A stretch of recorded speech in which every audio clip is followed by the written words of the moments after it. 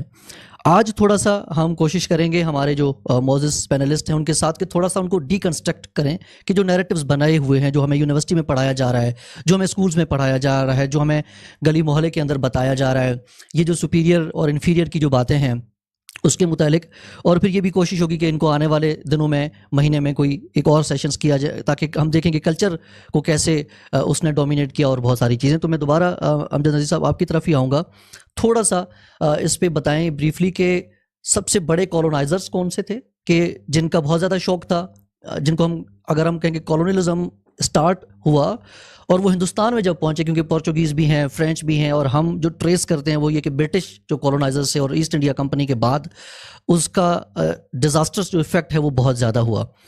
تو آپ کی نظر میں وہ کون سی کالونیز تھیں جو سب سے زیادہ جن کو وکٹم بنایا گیا، جہاں پہ کلچر، زبانیں، رسم و رواج، ہر چیز جو ہے وہ افیکٹ ہوئی، اور وہ کون سے بڑے کالونائزرز تھے جنہوں نے پھر بعد میں بھی دعویٰ کیا اور آج بھی وہ کسی نہ کسی ادارے کی شکل میں بیٹھ کے دعویٰ ہی کر رہے ہوتے ہیں کہ ان سماجوں کو سویلائز ہم نے کیا، ادروائز یہ بیرن لینڈز تھیں اور ان کو زندگی کا کچھ پتہ نہیں تھا۔ تو اس کا مختصر بتائیے گا پلیز۔ بہت شکریہ، میری خواہش تھی کہ ڈاکٹر صاحب اس پر بات کرتے ہیں، وہ بہتر جانتے ہیں ان چیزوں کو۔ بہرحال ہمیں سے اکثر لوگوں کو پتہ ہے کہ پرتگال اور اس کے بعد ہسپانیہ یہ سب سے پہلے کالونائزرز میں تھے، اس کے بعد انگلینڈ، پھر فرانس، پھر جرمنی، پھر اٹلی، پھر نیدرلینڈ اور پھر Belgium, so on and so forth.